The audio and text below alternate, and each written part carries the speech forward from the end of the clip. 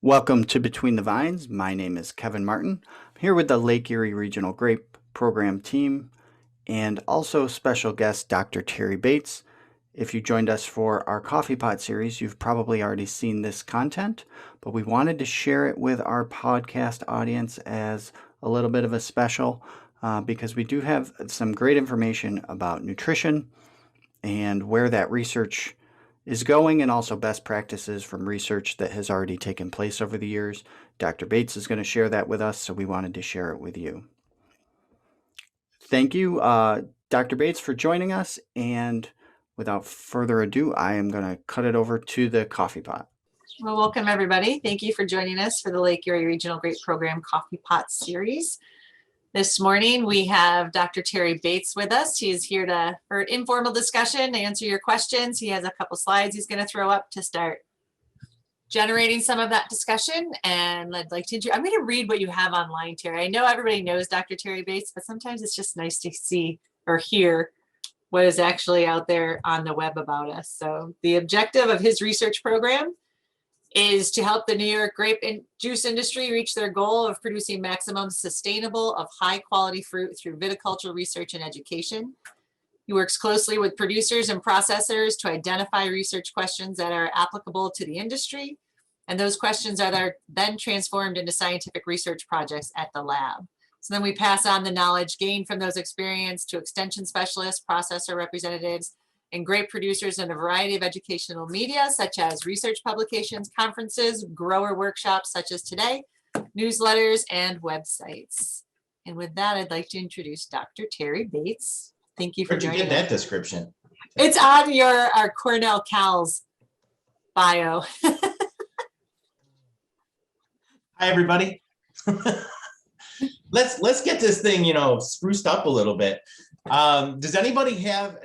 So I pulled out my nutrition talk from last year that just has some summary slides. And I mean, if those of you have heard me talk about nutrition before, of course, I'm going to talk about stuff like, nitrogen availability and soil health, organic matter, active organic matter in your soil, and what you can do with that. Then the conversation always switches over to the relationship between soil pH, cation exchange capacity, and we get into this discussion about potassium and magnesium, which we can certainly do, which is what I'm planning on doing, because I think those are the biggest nutrition issues we have in our vineyards. But I didn't know if anybody had questions they had come up in an earlier meeting, or I know Andy Musa always tasks me with some tough questions. One thing that came up last week, and I figured we'd just get your I think we sort of had an answer, but I'd rather get your answer on it, was nutrient availability, specifically nitrogen, during the bloom and set period, potentially lowering fruit set in this, it's sort of in the opposite way that like LR functioned.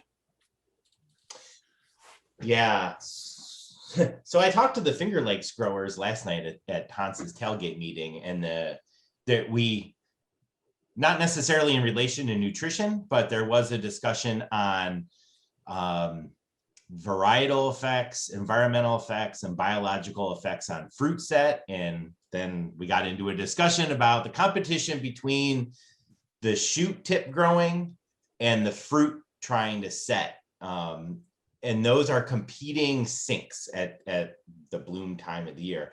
So anything that you do to stimulate shoot growth, whether that be water or excessive fertilizer that stimulates that shoot growth, will compete against set. You can lower your set. In theory, you lower your set. Stuff like Alar, Ponax. We did some work once with Apogee, which was labeled for apples but not grapes. And all of those kind of work in the same way, in that you artificially slow down the shoot growth during the bloom period, and that increases set. And so, yes, in theory, all of that works. If you increase shoot growth, you decrease set. If you decrease shoot growth, you increase set. I think in our region, based on the amount of soil moisture we typically have during the bloom period, like we don't really suffer from water stress at this time of the year. So I think there's very little we can do to actually control shoot growth. Versus like a California or an Eastern Washington where things are already starting to get dry and they say, oh, we want to speed up canopy growth, we're gonna give them a little extra water. Or if we want to slow down canopy growth, we pull back. So the long answer is yes, in theory that works. In the practicality of our climate, I don't think there's much we can do to control it. So I think if you dump a bunch of nitrogen on now, I think the shoots are already growing as fast as they can, and you dump on some more nitrogen and they still grow fast. Thanks. Terry, There was a discussion about shoot tipping too, which I know none of us do. And I don't think I would recommend it. But you could go through and you could shoot tip, and that stunts shoot growth for a brief amount of time before the laterals start pushing, and then you can try to increase that. Ponax works. I don't even think it's available anymore though. So Bob Poole did work with Ponax several years ago. And again, same thing, you're slowing down shoot growth, you're increasing set. The bottom line was, if your crop is very, very low and you use Ponax, yes, you increase set, but it wasn't, you couldn't increase yield enough to pay for the Ponax. If your crop size was very, very high and you use Ponax, you would increase set, but at that high yield already, all you did was cause the berries to be smaller. So there was a yield compensation thing. So there was a diminishing return. But there is a nice sweet window in the middle. Say you had 5 tons per acre or 6 tons per acre, and you wanted to jack that up to 7 or 8 tons per acre. That's where Ponax would work, and it would pay for itself. But I think it's still labeled on grapes. I just don't think it's I don't think the company is. Yeah, I think it's been replaced by other growth regulators, and maybe at least for a while, I don't know about anymore. So it came off a patent, and none of the off brands labeled it in grapes, and the original company stopped producing it. So that's where they were at about probably 10 years ago now. Yeah. My general philosophy is work on your soil health to improve vine size. And then if you need extra crop, leave more buds. And then you don't have to use chemicals to try to increase that. Okay. Anybody Andy, else? did you want to ask your question about the frost damage? I've got a couple questions, Terry, but I don't know if you want to go through your talk first, go through your slides first, and then we get into that. Sure. I mean, it's the same slides as last year. But I forgot that I even gave the presentation. So hopefully maybe some of you forgot that I gave it. Let me see if I can share my screen. All right, you see that? Yes. Beautiful picture. Okay. All right. I took my last slide from last year and made it the first slide because this is kind of the bottom line. To me, the first thing, correct any water issues in your vineyard. Water is your best fertilizer. All the nutrition work that we've done, we did years and years of like soil pH, potassium, magnesium, phosphorus nutrition in Concord at the old Fredonia lab. And the best fertilizer we had was irrigation. So we can overcome a lot of our nutrient deficiencies as long as the vines had enough water and we're able to take up the limiting nutrients that were there in the soil. We also know that excessive water it's very bad because if you have excessive water, you have poor nutrient cycling in the soil, plus the roots don't grow very well in waterlogged conditions. So then you can't take up those nutrients. So, kind of the first thing is, make sure your soil isn't too dry and it isn't too wet. And for the most part, if your soil is too dry, you can irrigate back. A lot of us don't irrigate. So you use floor management practices to burn off the competition during the period of the year where the vines need the water the most. I think there's a lot of both stuff that's going on in the industry, like a lot of the work Bob Betts is doing with cover cropping, and Jen's been working on soil health issues. I think there's a lot of really good stuff there on increasing your soil health, your texture, your water holding capacity and water permeability into that soil, so it both absorbs the rainwater that comes and holds it for the grapevines to use, is all part of a good management strategy to make sure your vines have enough water and then can take up the nutrients that they need, because nutrient uptake is largely driven by transpiration. Yeah, I'm going to get off track and let me not do that. I get it. Jen comes to my office and we talk, and then we get off on these wild physiological tangents. So just having good water management in the vineyard is very good. Okay, then increasing active organic matter. Again, this is a soil health issue. Tim Martinson did a survey of vineyards across New York, both Finger Lakes and Lake Erie, put them through the whole soil health testing profile thing, and it really showed that soil health, the release of nitrogen, phosphorus, sulfur from the decomposition of organic matter, so is related to the percent organic matter that you have in the soil, as long as you don't have any water issues like waterlogged soil. Like you could have 6% organic matter, but if the soil is waterlogged, that's no good. Our general rule of thumb for the soils in our region is that you get 20 pounds of nitrogen for each percent organic matter. So if you have 3% organic matter in your soil and it's healthy and active, you're getting 60 pounds of nitrogen a year out of that soil. And then you supplement that with fertilizer.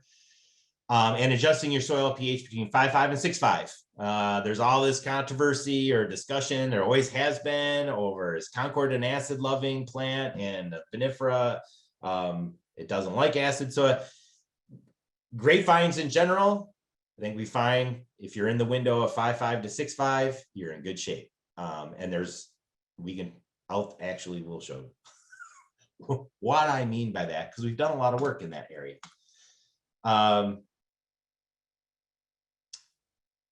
So we probably also know or remember that we've done several studies where we've excavated vines out of the ground throughout the season. We started with a young vine study 20 something years ago. Then we did a mature vine. So we took vines that were at least 30 years old. They were mature Concord vineyard, dug those vines out of the ground 10 times over the course of a full year. And analyzed all the parts of the plants for their nutrients. So we could kind of come up with a nutrient budget for the vines.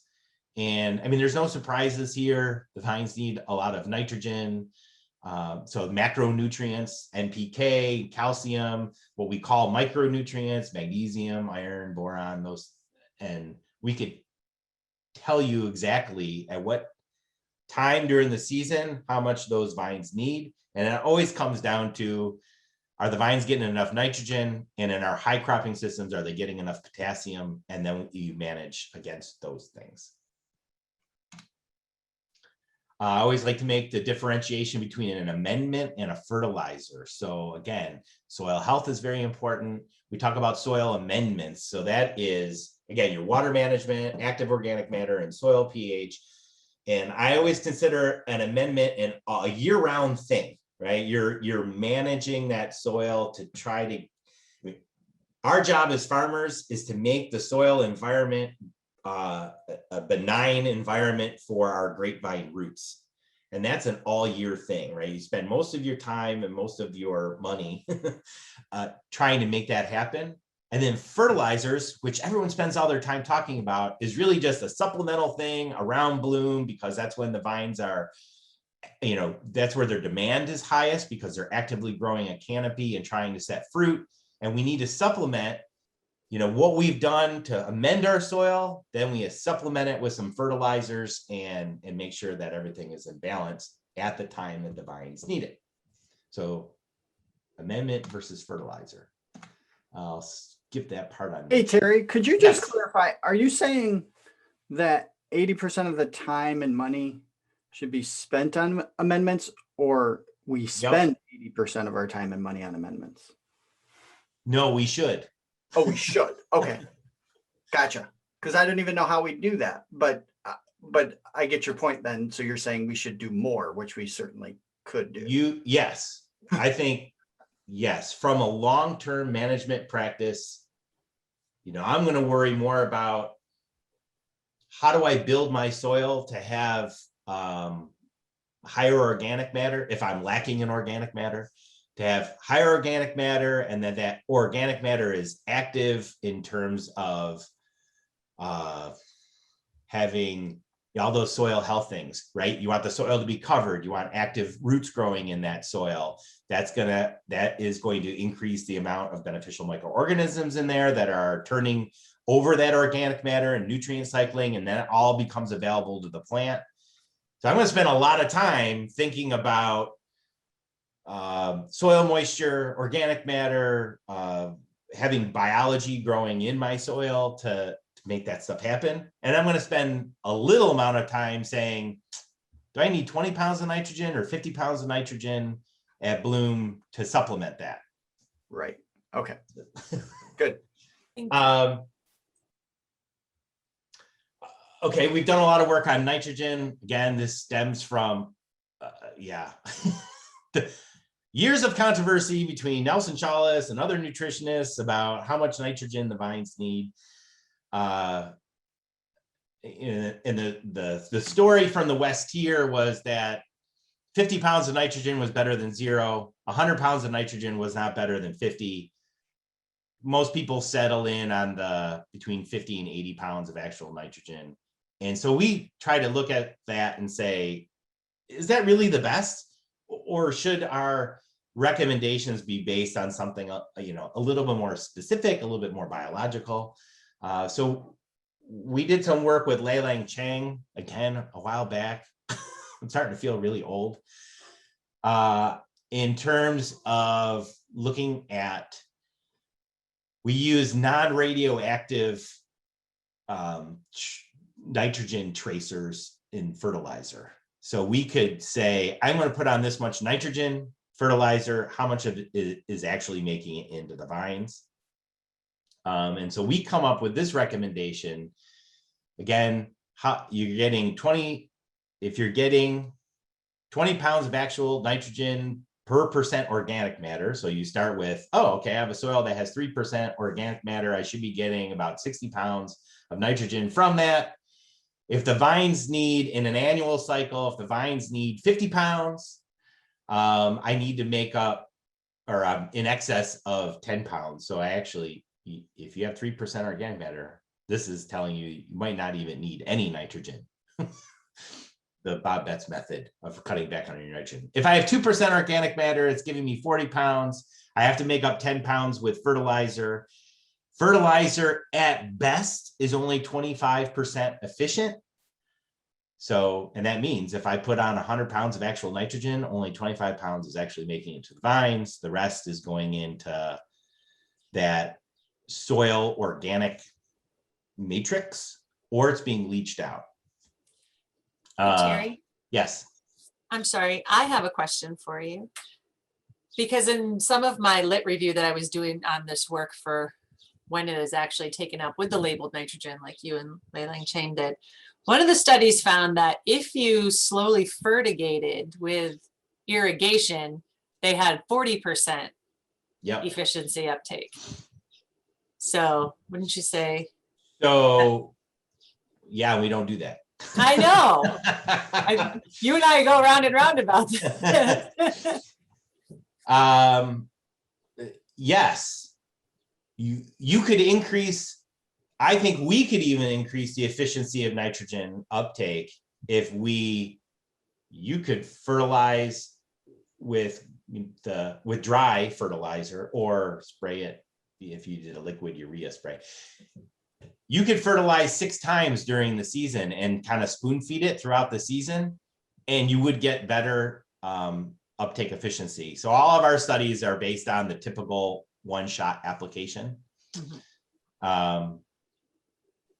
So I kind of have this down in green. If it were my call, right? If I was on a very sandy soil and I needed to make up a lot, and so my calculation is telling me I need 120 pounds of actual nitrogen, I'm going to do that in a split application because I want better efficiency.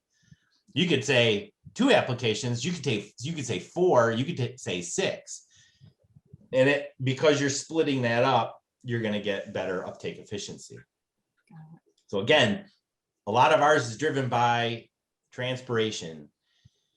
So you have root pressure, right? So this is the hot dog theory, right? You drop a hot dog in water and there's more salts and solutes inside of that membrane of the hot dog. So water is driven into the hot dog and the hot dog swells up, right? Roots kind of do the same thing. You get root pressure, and then root pressure can force water up the vine. But that root pressure actually only counts, I think it's like 6 feet. Like you can only drive water up 6 feet. So like what happens if you have a 7-foot trellis? Or what if you have a 300-foot tree, right? How does water make it up? And so the main way that water gets driven up the plant is through the transpiration stream. So as water transpires out of the leaves, so those water molecules go out of the leaves, it is the tension cohesion theory of water molecules. As water molecules are going out, it's pulling more up. That's how water can make it to the top of a 150-foot tree, is that it's pulling that water up. Well, as that water is coming up, you're also pulling up nutrients. So my practical point is when we have a full canopy of leaves that are transpiring, the warmer it is, the drier it is, and the windier it is, the faster the transpiration stream is, and the faster the nutrients get taken up as well. So a lot of our, not just nitrogen, but other nutrients are driven by that transpiration stream. So think about it. This time of year, our canopies are growing really fast. Leaf area is developing. By 30 days after bloom, we're going to have a full canopy. It's going to be hot. It's going to be dry. The vines are using up a lot of water, as much as, a liter of water per hour in a full Concord canopy system. That's based on some work that was coming out of Washington State, which is hotter and drier than us. But still, the point is there's a lot of water going through that system, and nutrient uptake is being driven by that water transport. Thank you. Hey, Terry. Yes. I might have to speculate to understand the question. It was pretty simple, but I'm not sure what the real question was. How does one measure organic matter? Just through a soil test. The traditional way of doing it is you cook it off. Like you're weighing the soil and you put it in a furnace and you burn off the organic matter, and then you weigh it again, and then they tell you what the % organic matter is. I don't know, Jen. You're the new soil health guru. How do you know? They measure it any way different in the soil health? No, I'm not sure how they measure it. Actually, that's on my to-do list, is to go visit the lab and watch all of this taking place. Yeah, they measure active organic matter or active carbon a little bit different. It has to do with the respiration of the microorganisms. So they take a core of soil and they can measure the respiration through gas exchange. And then they extrapolate that out to say, oh, you have a very active soil with a lot of biological respiration and turnover going on, or you have think of a sandy soil with no organic matter in it, it's dead. You're not going to get a lot of respiration and gas exchange. Yeah, the only reason I can think of why that might have been asked is I think there was some discussion about people perceiving that organic matter changed, the results changed when they switched labs. And obviously nobody does enough tests to know that for sure, or at least individual growers don't, but that was their perception. I don't know if was the case here, but yeah. That happens with other nutrients. Could that happen with organic matter? Yes, absolutely. And so and I'm on a whatever. I watch other people's presentations who actually run these labs, and right. They all say the same thing, that every lab is a little bit different. So you should find a lab that you're happy with. And if you're going to do your soil and your petiole nutrition over years, you kind of want to use the same lab.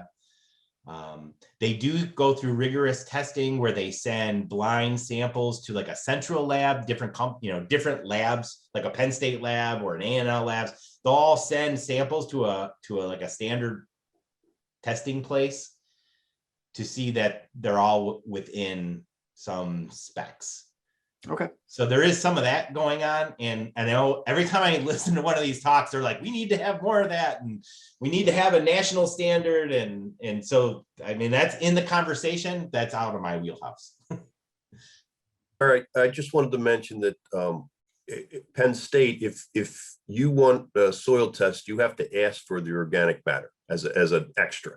They don't just give it to you. And I don't think you have to do that with Cornell. So just to mention that. Oh, yeah. Okay. I didn't know that either, Andy. Yes.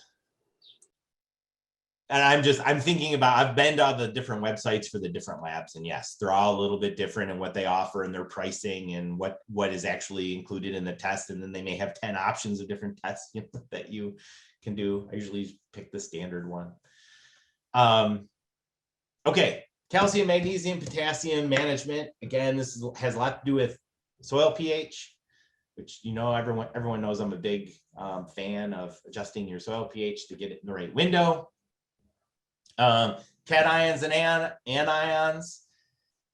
So when you put muriate of potash on the soil, that's potassium chloride. It separates into, it's just like a salt. As soon as it goes into the soil water profile, you have potassium and you have chloride. Potassium is a cation, so it's positively charged. Chloride is a negatively charged anion. So think of a battery, the red pole versus the black pole.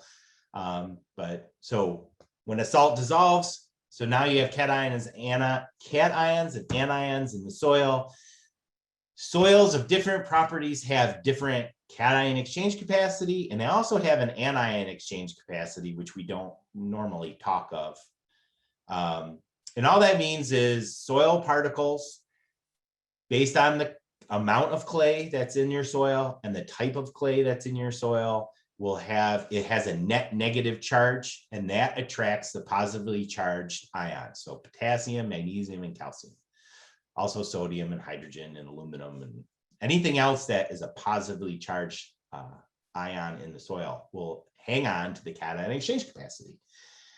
And then those things some things hold on to the soil stronger than others. That's the strength of cation absorption. We always get in this argument over base saturation.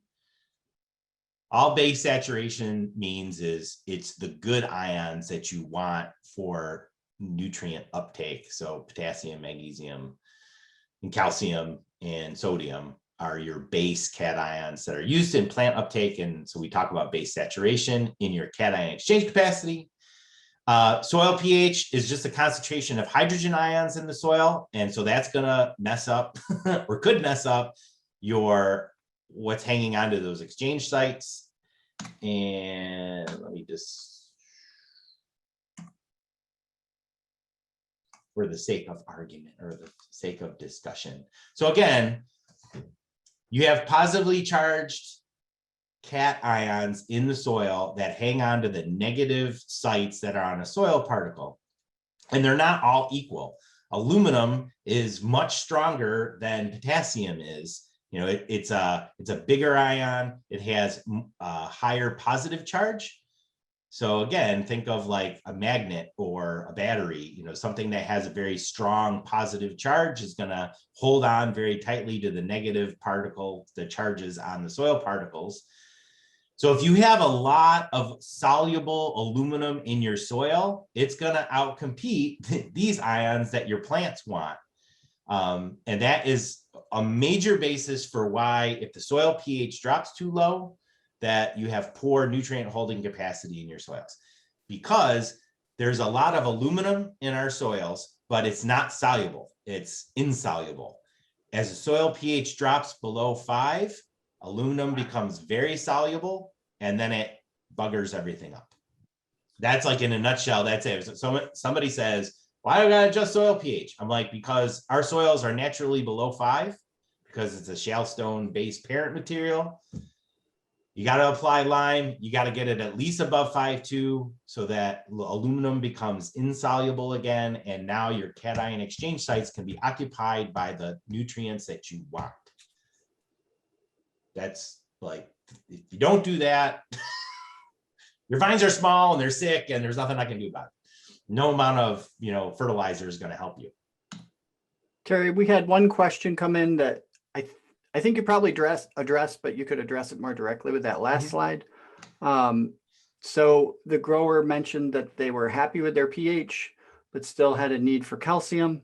And I guess I mentioned to them last year that you can use gypsum to fix that, but be careful.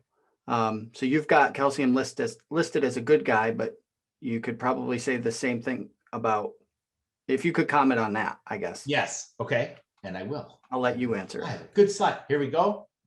You just walked me into my next slide. Okay, so as you raise your soil pH, so the bottom axis here is soil pH, and this top graph is the available calcium, and the bottom graph has magnesium and potassium. So magnesium are the gray dots and potassium are the blue. So as you raise soil pH, of course, you're getting rid of aluminum as a problem, and you have your cation exchange capacity of your soil will increase with increasing soil pH, and you get more calcium and more magnesium that hang on to those exchange sites, and they outcompete potassium, right? So you raise soil pH, aluminum's gone. So that gives room for calcium and magnesium to move in, and they do, and potassium struggles. So that's if you understand that, you understand how to deal with your nutrition of calcium, magnesium, and potassium. So, and this is saying the same thing. Soil pH goes up, aluminum's gone, calcium goes way up, magnesium starts to go up. So look at the numbers here. You're talking about, 2,000 ppm of calcium, and at a pH of 5, and magnesium is like 250, and so is potassium. As you increase that soil pH, I like the window between 5.5 and 6.5. So you have plenty of calcium, you have plenty of magnesium, but now you're starting to worry about potassium. If we have young, small Concord vines with a relatively small crop, that's fine. Like the ratio between calcium and magnesium and potassium at 5.5 to 6.5 is fine, and you shouldn't have to worry about it too much. The problem is when we grow Concord, big vines, 8 to 10 tons per acre, that crop requires a lot of potassium. So especially Concord is a big sink for potassium. So what happens in the 5.5 to 6.5, you got calcium and magnesium, and now the plants struggle to get enough potassium to satisfy that big crop. And that's when we want to apply potassium fertilizer to help supplement that. Okay, here's a this year example. So we did a soil sample around the farm at Clairol. Here are all the different blocks we have at Clairol. There's different varieties. We have vinifera, labrusca, we have hybrids. We have a high color program for Canada, it's Gallo now. So we have different varieties, and so we do an around the farm soil sampling, and it's the same graph, right? So think about this graph right down here of magnesium and potassium, because these are the two that really compete with each other. Does calcium compete with these two? Yes and no. Let's see, how do I explain this the right way? The plant confuses these two because they're both positively charged, and the hydrated radius of those ions are about the same. So when the plant sees magnesium and potassium, it gets confused between those two. So it's not just about the supply of them in the soil, it's about how the plants take them up. Calcium looks very different to the plant because it's has a larger hydrated radius, and it has a stronger positive charge. So the plant actually does a good job separating out, hey, this is calcium, but doesn't do a very good job saying, here's the difference between magnesium and potassium. So when you load one up, like if you load up a lot of magnesium, you hurt the potassium. If you load up a lot of potassium, you hurt the magnesium. And we use that to our benefit. So when I go around the farm and we do a soils test and we look at calcium, magnesium, potassium, and phosphorus in those soils, and I plot those out against soil pH. So same thing happens. Soil pH increases, my calcium goes up, my phosphorus goes up because it's an aluminum interaction again. You're taking aluminum out of the picture and more phosphorus is available. And then you get this crisscross of magnesium and potassium that are competing with each other. So I just pull those two out. And it's the same, it ends up being the same chart as the one here on the bottom, right? Potassium doesn't change, magnesium does change as soil pH goes up. At low soil pH, I'm just saying, meh, all the cations are crapping out because of aluminum. So raise the soil pH and then you'll deal with it later. When my soil pH is, in this case, between 6.1 and 6.5, so between 5.5 and 6.5, I'm getting a pretty good 1-to-1 balance between magnesium and potassium. And so I really don't need to do anything special, just maintenance doses of NPK. Just to, especially if I have a large crop, I want to give it a little extra, a little maintenance dose of potassium, make sure I can support that crop. When the soil pH gets much higher and we get a lot of magnesium and that really outcompetes the potassium and I'm growing a big crop, that's when I need those extra doses of potassium fertilizer. So I look at a chart like this and I talk to Dan Sprague, who manages the blocks, and he says, well, what do you want me to do for fertilizer? I just look at that chart and I say, well, in these blocks, give me lime. And in these blocks over here, I want extra potassium. And my highest producing best blocks, I'm like, just give them some maintenance doses of those fertilizers to make sure we can keep up. And it's, to me, it's that simple. Clarify. So when you say high in the Concords, you mean like 8 to 10 tons to the acre, right? Is that about right? High crop needing potassium levels.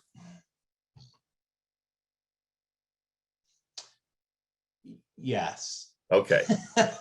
Well, yeah, so it's a linear response. The higher the crop, the more the potassium need is.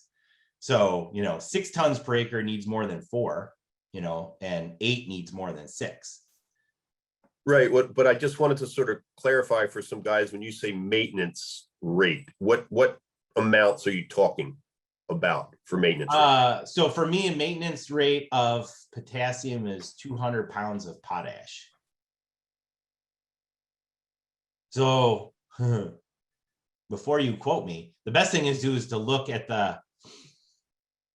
the Tony's book, the wine grape production for Eastern North America, and look in the table on the back for potassium, because we do these if-then statements, if your soil pH is this and your crop is big or your crop is low, add this much in it. And we talk about what's a maintenance dose and what is a supplemental dose or an extra dose.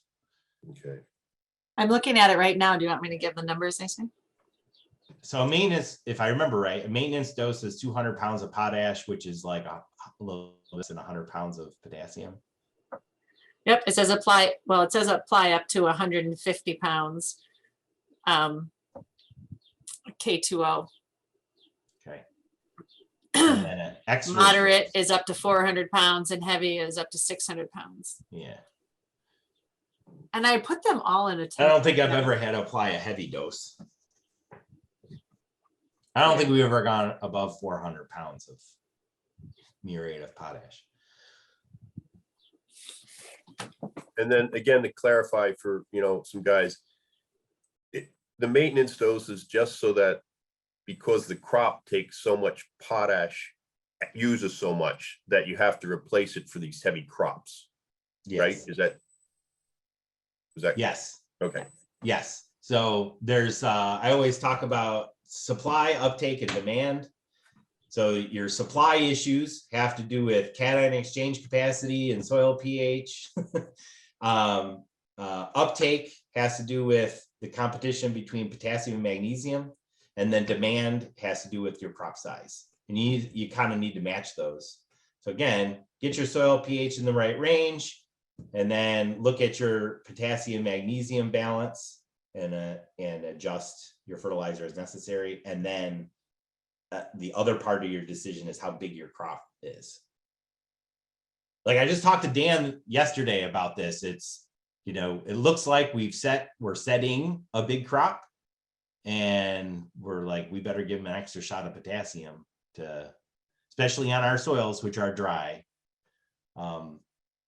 Potassium, another wrinkle, potassium doesn't move well in dry soils, essentially. So if your soil dries out and you have a high potassium demand, you better have your vines pumped up with potassium so they can get over that.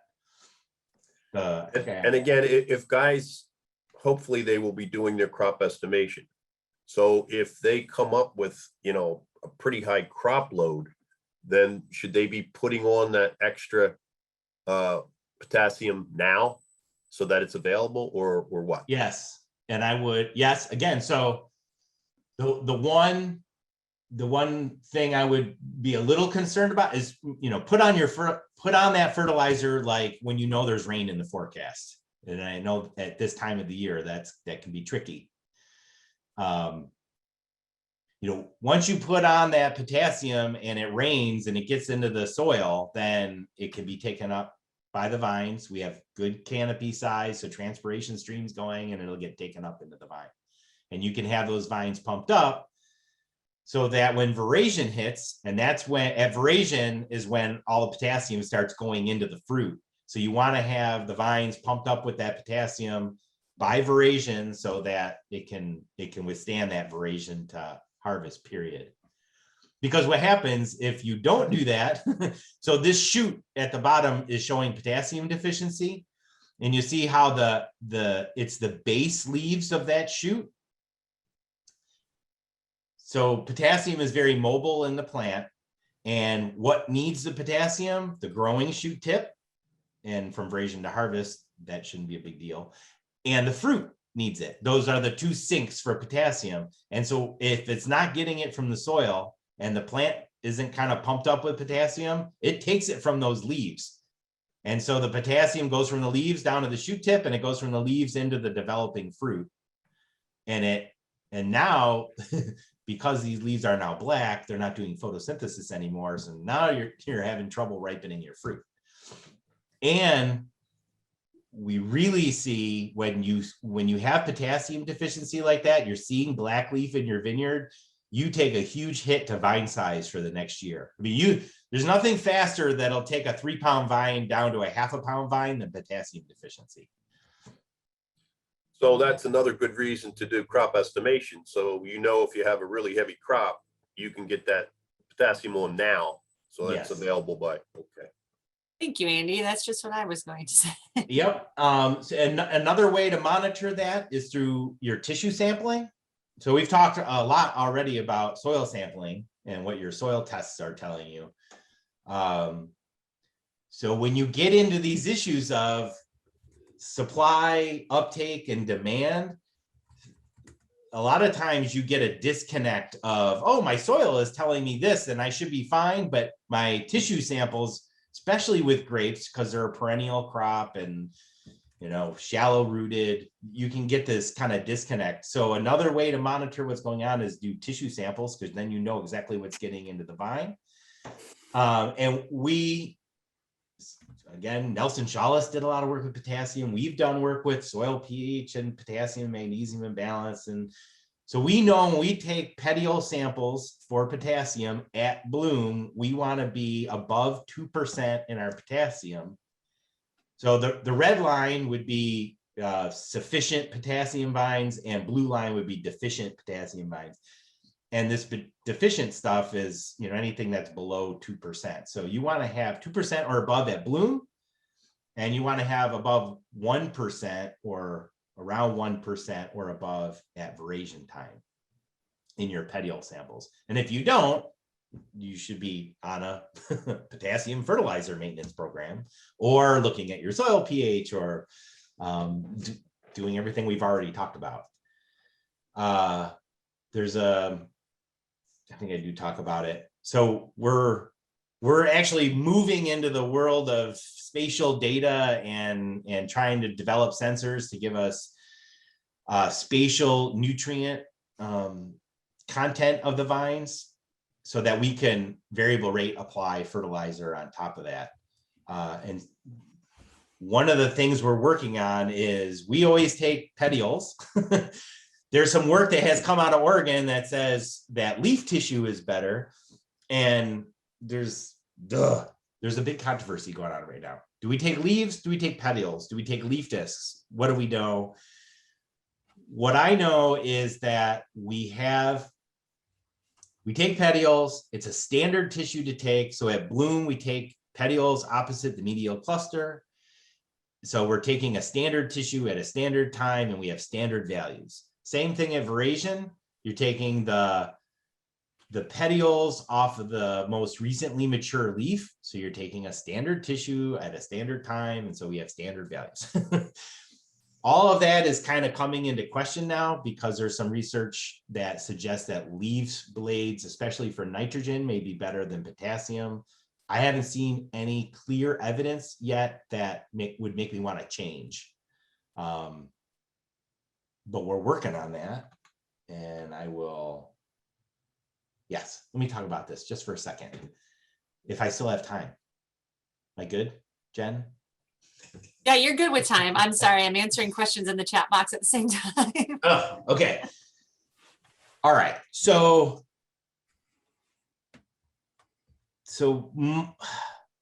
along the same lines as all the other precision viticulture, spatial data management stuff that we're doing, is we know all this research stuff already. We know about pruning level and crop load and ripening profiles, and how to manage that stuff through like vineyard mechanization and shoot thinning and fruit thinning. Similarly with nutrition, we know all this stuff about nitrogen and nitrogen recommendations, soil pH, calcium magnesium balance, all of these research-based knowledge leading to recommendations that give us, a way to manage our vineyards to have high producing Concord. And all of the spatial data management stuff is, let's just take all of that information we know and be able to apply it spatially. So we're not coming up with really new information. It's more about how do we evaluate the spatial distribution in the field and respond to it. And that's what, a lot of the efficient vineyard stuff is about. We've moved on to a new project led by Marcus Keller at Washington State University called Precision, or High Resolution Vineyard Nutrient Management.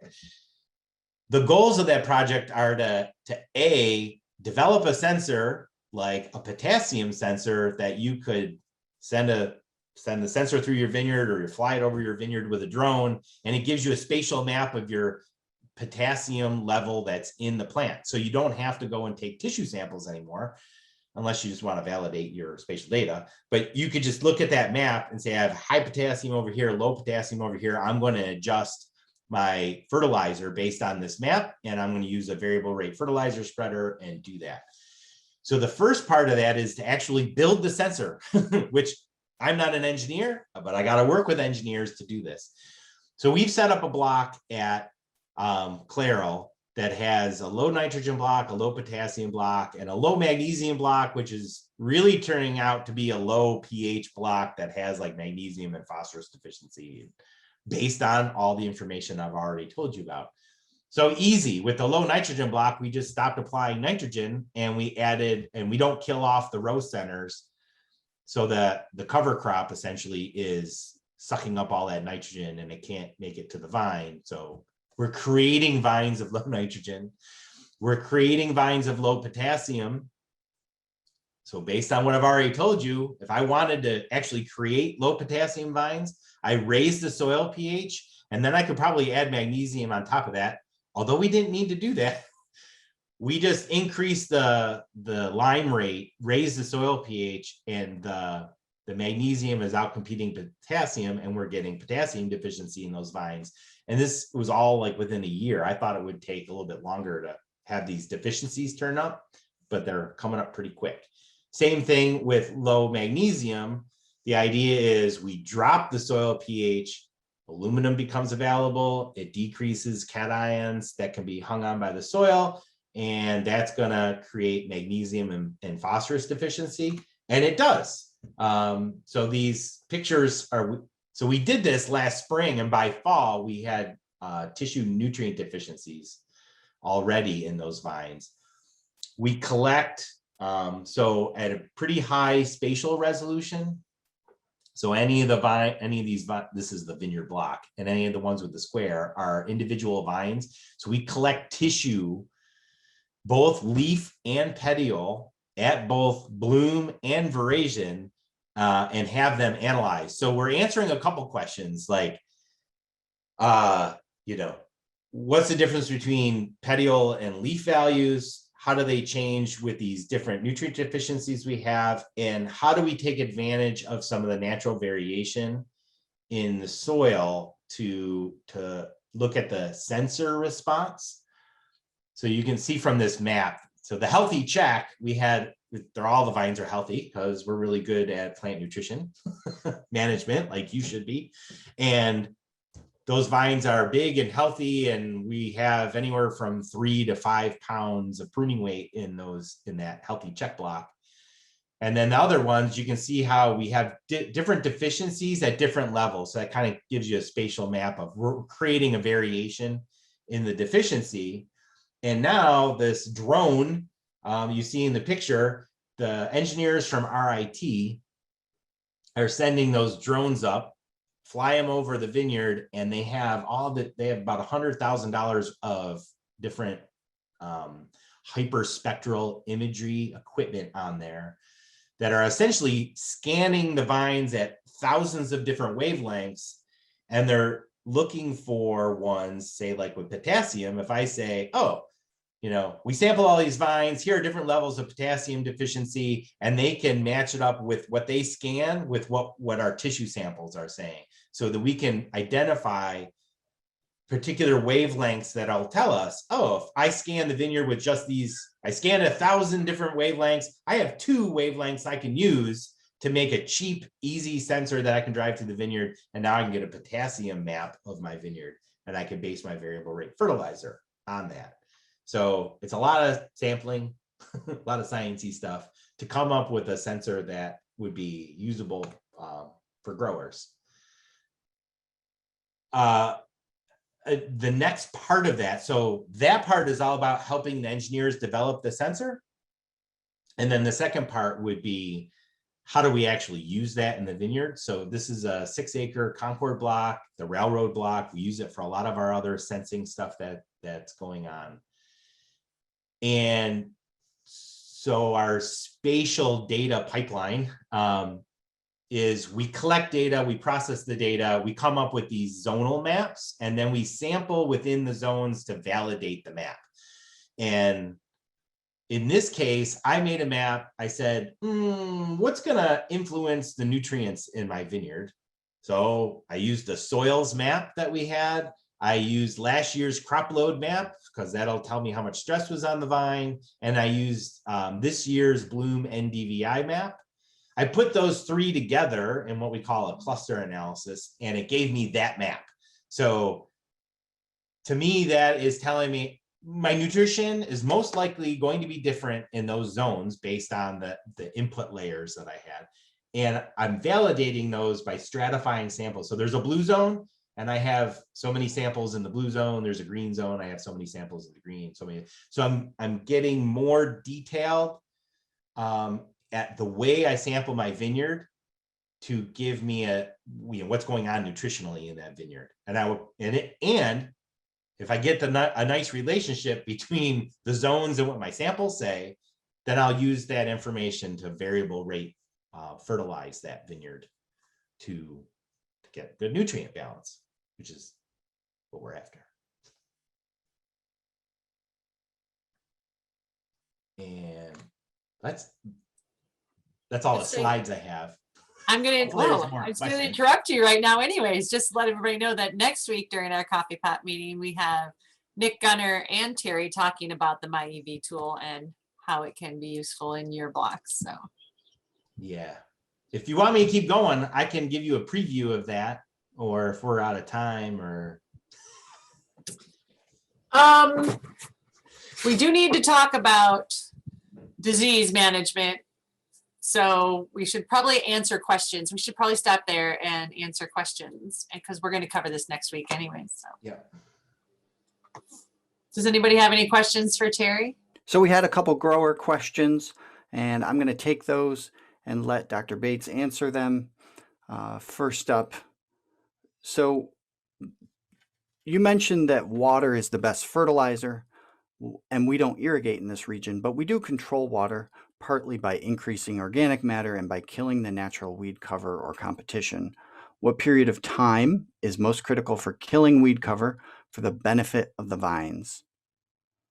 Yes. So the work that was done by Bob Poole and Alan Laxo, their bottom line was from about 2 weeks pre-bloom to 4 weeks post-bloom.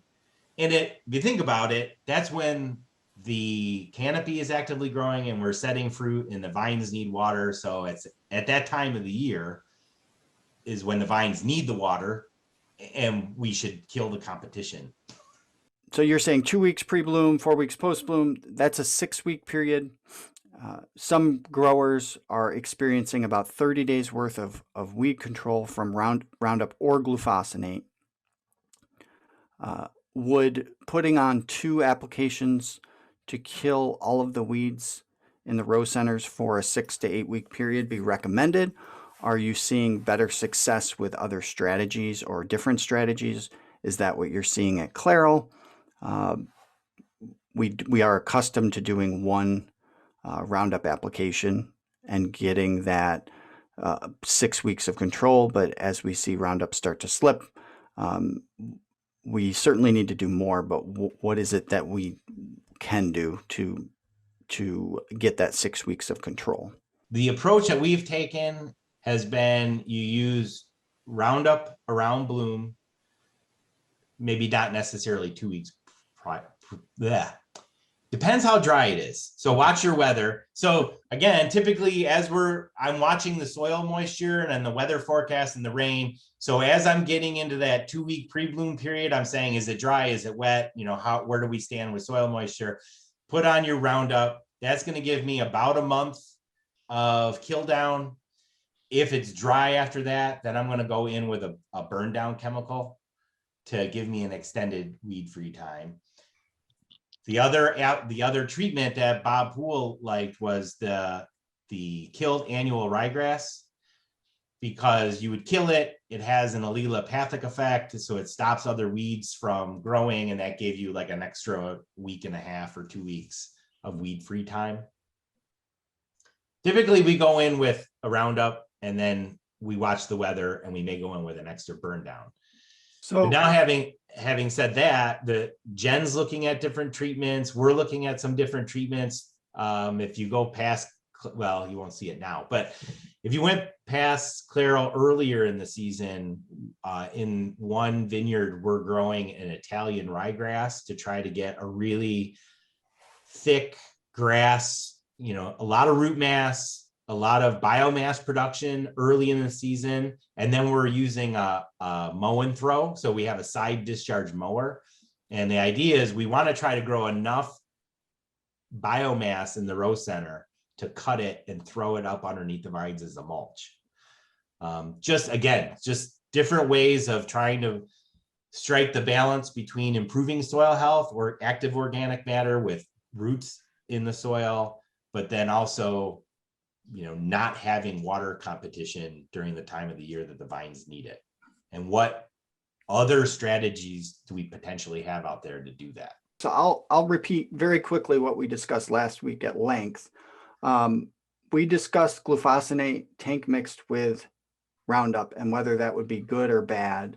And the science on that is fairly young, but so logically we would think that might be bad because the glufosinate would impede the Roundup. But some weed specialists are finding the opposite effect, that it actually makes it more effective, and also quite obviously targets different weeds. So, you know, Roundup is doing a good job with your stubborn perennials, and the glufosinate taking care of the mare's tail, which is why a lot of our growers and growers in other industries started tank mixing it without any scientific research being done on it. So they didn't wait, they just did it. And it does seem to give you more time in the right conditions. And the best conditions would be when things are cool, so that the glufosinate takes longer to work.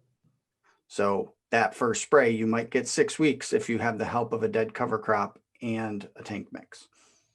That was a long discussion last week, but I just, that's what a lot of growers are doing. So you can talk to them about their experiences too, as we, not just Terry, but Lynn, the weed scientist at Cornell, does work with that tank mix. I think she's going to do it at Clairol if she's got space and time, but she's working on other stuff too. So calcium deficiency shows up in, it's usually structural, so at the cellular level. So calcium pectate is one of the major proteins that helps hold cell walls together. You know, it's like the cement between the cell walls of plants. And when you start to get calcium deficiency, you start to see stuff like the shoot tip, the growing shoot tip starts to look almost mushy because it's falling apart because it doesn't have the calcium cement to hold things together. Calcium is also, it helps cross-link membranes of cells. So again, if you have calcium deficiency, you're going to start to see like abnormalities in the growing area of the shoot tip.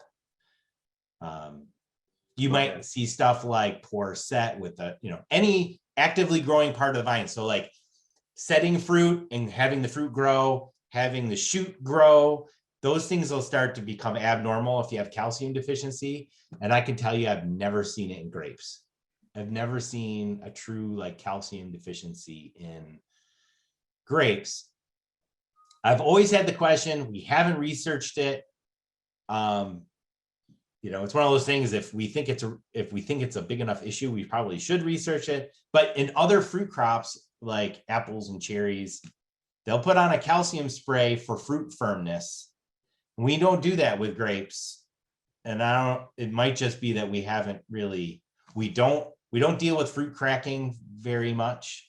I mean, there definitely has been some incidences right around harvest. If we get a lot of rain, that you can have some fruit cracking, but it's not like a widespread problem.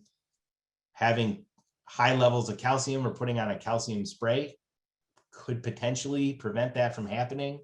But we just have never, I think I bring up this issue every year and then we don't really study it. Terry, one of the things that we've been seeing, well, I guess there's two reasons, but there's growers getting information about nutrients, which is probably not great, but soil health, which probably isn't so bad, from field crop resources. And one of the reasons there's been a transition towards applying more gypsum, getting back to that calcium discussion, is improved soil structure and sulfur availability, which sulfur is very important in corn, and they've seen a lot of deficiency in corn. So that's where a lot of the interest in gypsum is coming from. Yeah. So gypsum is calcium sulfate. So I see the sulfur part.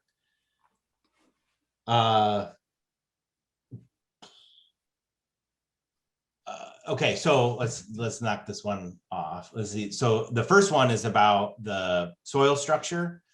Yep. So gypsum is used typically in high salt soils. So when you got a sodic soil, a soil that has a lot of sodium in it, sodium it causes flaking of the soil particles. So you start to lose soil structure, and then if you don't have structure, you don't have good water holding capacity, blah, blah, blah. But usually that happens in very arid climates that are under irrigation. And so you get a salt buildup. And so you add gypsum to get your soil structure back in line. I just don't think that's an issue here. But again, I don't think we've ever done any research on it. Does high magnesium ever do that or no? Nope. Okay. No, it's usually associated with sodium. Okay. Then the sulfur part, again, it's very rare that I see low sulfur values in any tissue. But it would be a great source of sulfur fertilizer if you did have low sulfur issues. So I don't know if that helped answer the question. It doesn't hurt anything. Even in Steve's question, gypsum would be a nice source of calcium for his low calcium soils. Doesn't do anything to change soil pH. Doesn't have any carbonate in it or anything.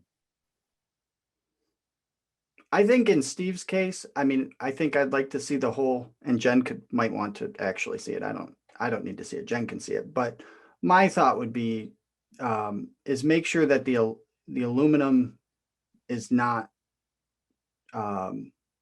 low, and if magnesium is normal or low, you can just raise pH more, and that would raise your calcium too. Right, and then you don't have to drive to Michigan to get gypsum. We had fairly ideal growing conditions during bloom, which appear to be producing a reasonable set. The vines are growing at a fantastic rate. Excessive growth during bloom can reduce set, as we were talking about. At the same time, are there other factors affecting set, such as temperatures being too low or too high, drought conditions, or other factors that might have a bigger effect on set than growth? There are multiple factors that all affect set. We talked about the competition between the growing shoot tip and the setting fruit. And I agree. I don't really see that as a major issue in our area. So again, from the work that we've done on vine excavation up until about bloom, the vines, a major source for carbohydrate for the vines is in the stored starch that's in the perennial structures. So, you build up your vines, there's starch stored like a potato. There's starch stored in the root system and the perennial structures. It's using that as an energy source from bud break, and you see it drop off until about bloom. And then about bloom, you're getting a nice canopy development, more photosynthesis, and now the carbohydrates can start, the canopy can start being the carbohydrate source for energy for the plant. So I think if you have, good healthy vines, like last year our crop was a little low, we had a good growing season, so your vine size or your vine capacity should be up. And what that really means is that your vine carbohydrate reserves should be up. So you get a year like this one, you're probably still working off of carbohydrate reserves during the bloom. So you can support shoot growth and you can support set. That's awesome. But your comment is about environmental factors. And I agree, if the temperature is below, I think it is 60 or above 90, which usually doesn't happen during bloom or in this region at all. Yes, you can there are temperature effects on those things. And usually that's the temperature is affecting the rate at which the proteins work. I think a bigger issue with set is the amount of liquid water that is on the vines during the pollination process. So, the pollen hits the female part of the flower, and then the pollen tube has to grow down, and that's a single cell that's growing down. And what happens if we get like cold temperatures and it's rainy, high about like the dew point, you have a lot of water on the leaves or on the flower parts, that you'll burst those pollen tubes, and then they don't end up pollinating the flower, and then you don't have good set. So that's why I think When we have cool, cloudy, crappy, wet conditions, we have poor set. And that's really not about shoot growth. It's about, I think, that physical action of the water on these single cell pollen tubes that are growing in the flower. Okay, Tara, with that, there might have been some, it popped into my head, the questions that growers always have is like, oh, I can't spray during bloom because, it's going to affect set. Clarify, that versus, amount of rain you'd get. I mean, there's a difference, but a lot of growers have said that in the past. You shouldn't be spraying. Yeah, the old timers say that you shouldn't be in the vineyard at all during bloom, and I don't.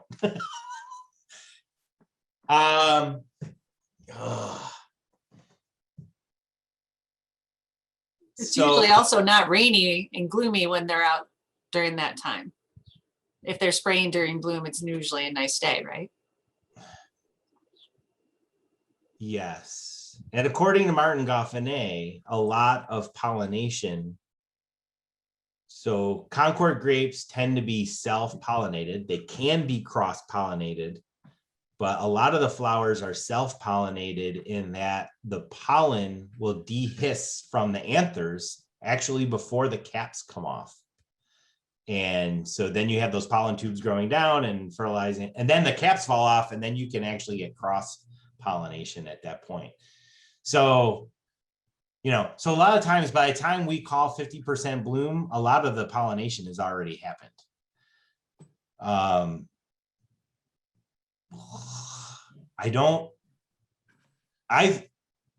consider a wet, cold, rainy night really bad compared to someone going out and spraying. Which is, and I think water hits and then it evaporates. The amount of water.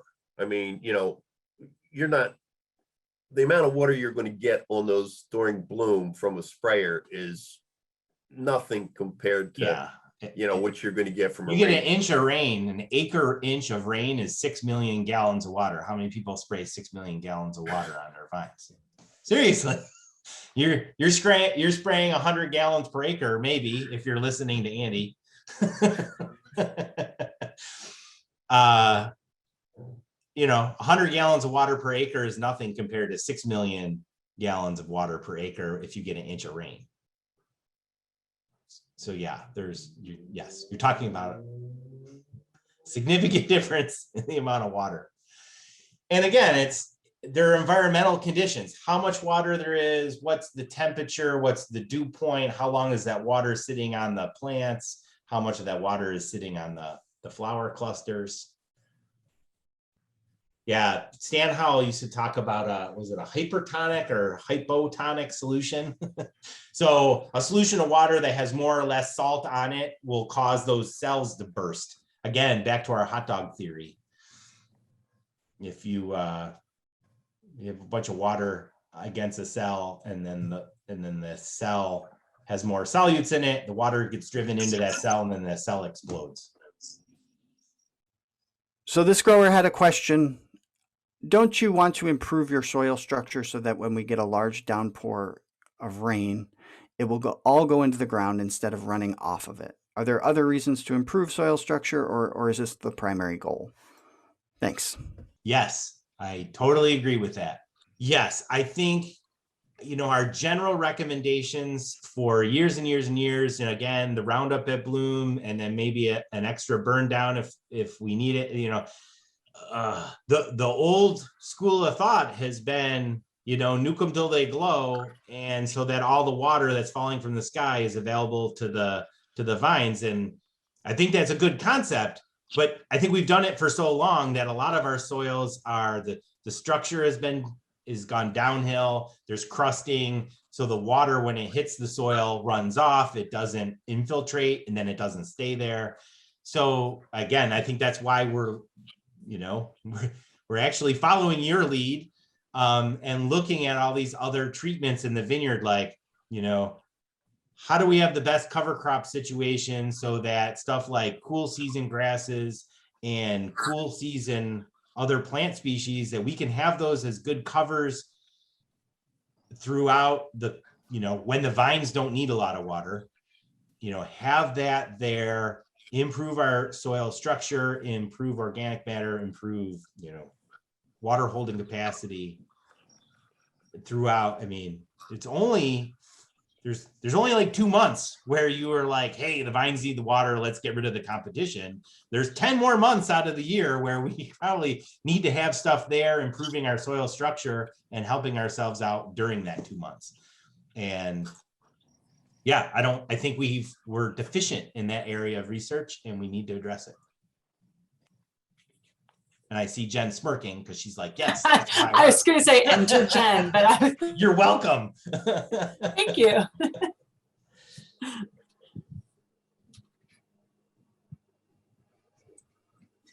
I think what we do is really good. I think we can be better, our base recommendation is good. And I think we could just be better. Which is better for everybody. Yes.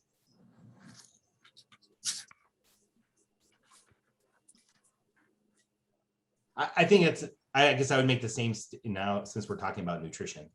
I think that same thing is true about nutrition. I think we know enough. I think our base recommendations are really good. It does sustain if you can get your vine size up and maintain an 8 to 10 ton per acre crop. I think our nutrient recommendations are there to help us do that.